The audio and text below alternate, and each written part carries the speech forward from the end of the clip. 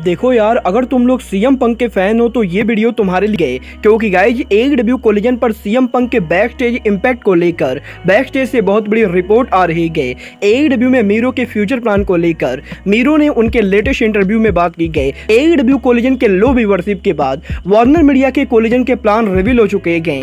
एडब्ल्यू के all in के ticket cell को लेकर टोनी खान ने काफी बड़ी अनाउंसमेंट कर दी गई। तो गाइज वहीं एडब्ल्यू में क्रिएटिव चेंज को लेकर जैक रॉबर्ट का काफी बड़ा बयान आ चुका है। तो गाइज चलिए बिना किसी देरी के शुरू करते हैं इस वीडियो को। और गाइज सबसे पहले बात करेंगे एडब्ल्यू कोलिजन के लो व्यूअरशिप की। वेल गाइज ये बात तो हम सभी लोगों को मालूम है, एडब्ल्यू के पहले कोलिजन शो को जहां 8 लाख से ज्यादा व्यूअरशिप मिली, वहीं लास्ट वीक एडब्ल्यू के कोलिजन शो को मात्र 4,50,000 व्यूअरशिप मिली। और गाइज यही कोलिजन के व्यूअरशिप के लगातार डाउन होने के बाद अब फाइनली वार्नर मीडिया के कोलिजन के प्लान रिवील हो चुके हैं, जहां पर इस हफ्ते फाइटफुल सेलेक्ट ने इस चीज को कंफर्म किया है कि एडब्ल्यू कोलिजन के व्यूअरशिप या बढ़ने से वार्नर मीडिया को कोई भी फर्क नहीं पड़ता है। और गाइज यहां पर एडब्ल्यू के कोलिजन के व्यूअरशिप 4 लाख आती है या फिर 8 लाख आती गए, वार्नर मीडिया को इस चीज से कुछ भी लेना देना नहीं गए, क्योंकि गाइज यहां पर वार्नर मीडिया बेसिकली ये चाहती गए कि सैटरडे नाइट के ऊपर जब एडब्ल्यू का कोलिजन शो ब्रॉडकास्ट हो तो गाइज एडब्ल्यू कोलिजन सैटरडे नाइट के ऊपर अमेरिका के टॉप 5 शोज के अंदर हो। और गाइज बेसिकली 18/49 डेमोग्राफी फिगर के अंदर एडब्ल्यू के कोलिजन शो को वार्नर मीडिया हर नाइट के ऊपर टॉप 5 शोज के अंदर देखना चाहती गए।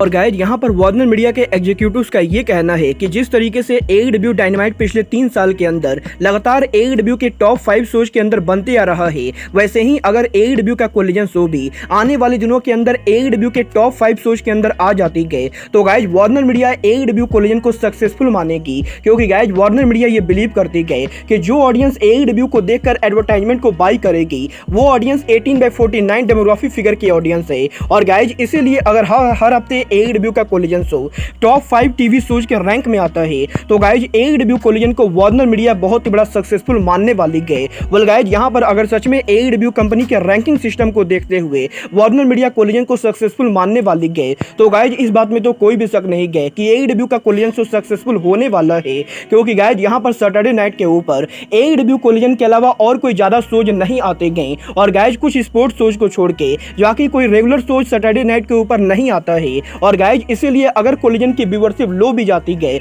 तो गाइज मुझे तो नहीं लगता है एडब्ल्यू का कोलिजन शो टॉप 5 शोज की लिस्ट से बाहर जाने वाला है। वेल गाइज अब ये तो आने वाला टाइम बताएगा कि 3 हफ्तों तक लगातार एडब्ल्यू कोलिजन के टॉप 5 शोज में रहने के बाद इस हफ्ते एडब्ल्यू कोलिजन शो की रैंकिंग कहां रहती गए। ये फिलहाल आगे बढ़ते और बात करते हैं एडब्ल्यू के biggest pay per view All In की। वेल गाइज ये बात तो मैंने आप लोगों को ऑलरेडी बता दी गई। एडब्ल्यू के ऑल इन पेपर व्यू के लिए एडब्ल्यू ने अभी तक करीबन 75,000 टिकट सोल्ड आउट कर दिए हैं। बट गाइज अब यहां पर टोनी खान ने फाइनली ये ऑफिशियली अनाउंसमेंट कर दी गई कि एडब्ल्यू के ऑल इन पेपर व्यू के जरिए टोनी खान की कंपनी ने अब करीबन $9 मिलियन का रेवेन्यू कर लिया है। और गाइज टोनी खान ने यह खुद कंफर्म किया है कि एडब्ल्यू के ऑल इन पेपर व्यू के टिकट सेल इस समय करीबन 70,000 से ऊपर जा चुकी गए। और गाइज 70,000 से ज्यादा टिकट बिक जाने की वजह से एडब्ल्यू के ऑल इन पेपर व्यू को लेकर एडब्ल्यू ने अभी तक करीबन $9 मिलियन का रेवेन्यू किया है। और गाइज वैसे तो ओरिजिनली एडब्ल्यू के ऑल इन पेपर व्यू के लिए करीबन 75,000 टिकट सोल्ड आउट हो चुके हैं। बट गाइज यहां पर डेफिनेटली 5 से 6,000 ऐसे टिकट हैं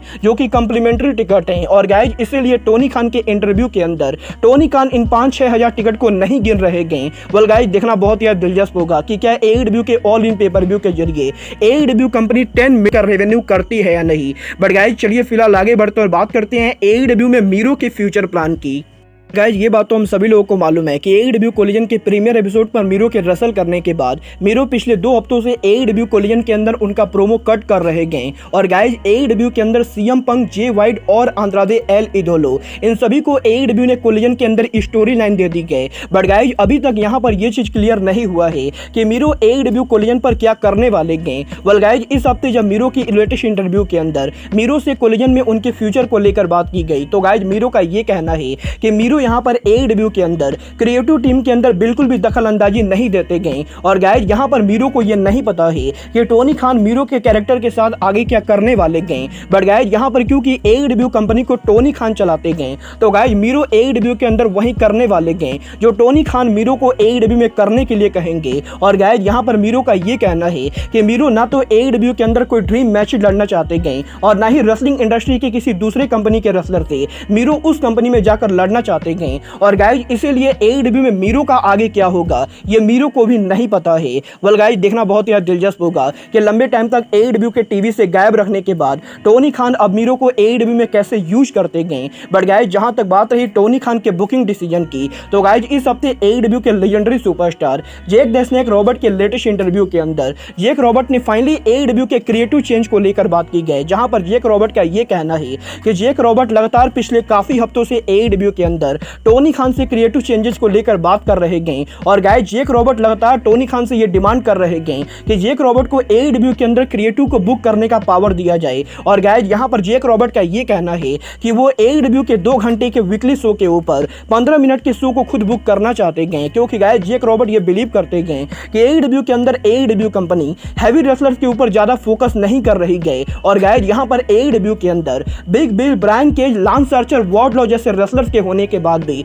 इनमें से कोई भी रेसलर AEW का टॉप सुपरस्टार नहीं गए। और गाइज AEW कंपनी ज्यादातर छोटे रेसलर और लूचा लिब्रे पर फोकस कर रही गए, जो कि AEW के लिए बढ़िया नहीं होने वाला है। और गाइज जैक रॉबर्ट ये बिलीव करते गए कि AEW कंपनी को उनके मॉन्स्टर रेसलर्स को पुश करना चाहिए। और गाइज इसीलिए जैक रॉबर्ट लगातार AEW के अंदर टोनी खान से उनके क्रिएटिव पावर को लेकर बात कर रहे गए, जहां पर जैक रॉबर्ट का ये कहना है कि अगर टोनी खान जैक रॉबर्ट को क्रिएटिव पावर देते गए तो गाइज जैक रॉबर्ट AEW के अंदर AEW के हैवी रेसलर्स को पुश करना चाहेंगे। वेल गाइज आप लोग जैक रॉबर्ट की इन बातों से एग्री करते हो या नहीं, आप लोग मुझे कमेंट करके बताएंगे।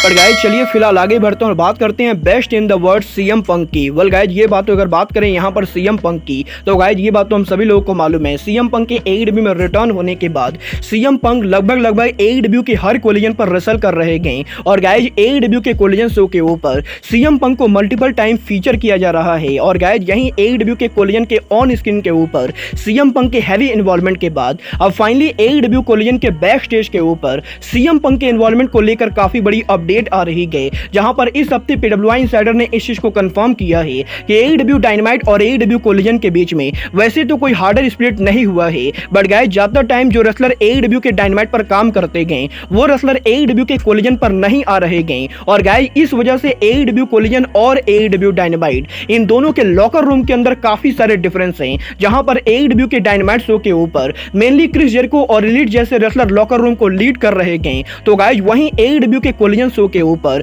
CM पंक के पास AEW कोलिजन के लॉकर रूम का पूरा पावर है। और गाइस यहां पर AEW के बैक स्टेज से रिपोर्ट आ रही है कि CM पंक के कोलिजन पर रिटर्न होने के बाद इस समय जितने रेसलर्स भी AEW कोलिजन पर काम कर रहे गए वो सभी रेसलर CM पंक के साथ काम करने को लेकर काफी हैप्पी गए। और गाइस CM पंक के AEW कोलिजन पर रिटर्न होने के बाद CM पंक लगभग AEW कोलिजन शो के ऊपर हर मैचेज और स्टोरी लाइन के अंदर उनका क्रिएटिव इनपुट दे रहे गए। और गाइस AEW के बैक स्टेज के ऊपर इस समय कोलिजन पर CM पंक और ब्रायन डेनियल्सन ये दोनों AEW के one of the head creative गए, जहां पर टोनी खान के साथ मिलकर ये दोनों AEW कोलिजन के स्टोरी लाइन को बिल्ड कर रहे गए। और गाइस PWI इनसाइडर ने इस चीज को कंफर्म किया है कि AEW कोलिजन शो पर जो भी रेसलर काम करते गए वो सभी रेसलर CM पंक को काफी ज्यादा पसंद करते गए। और गाइस इसीलिए AEW के कोलिजन शो के ऊपर अब CM पंक ऑटोमेटिकली लॉकर रूम लीडर बन चुके गए। वेल गाइस देखना बहुत ही दिलचस्प होगा कि CM पंक के लॉकर रूम लीडरशिप के अंदर AEW का कोलिजन शो ज्यादा बेटर परफॉर्म करता है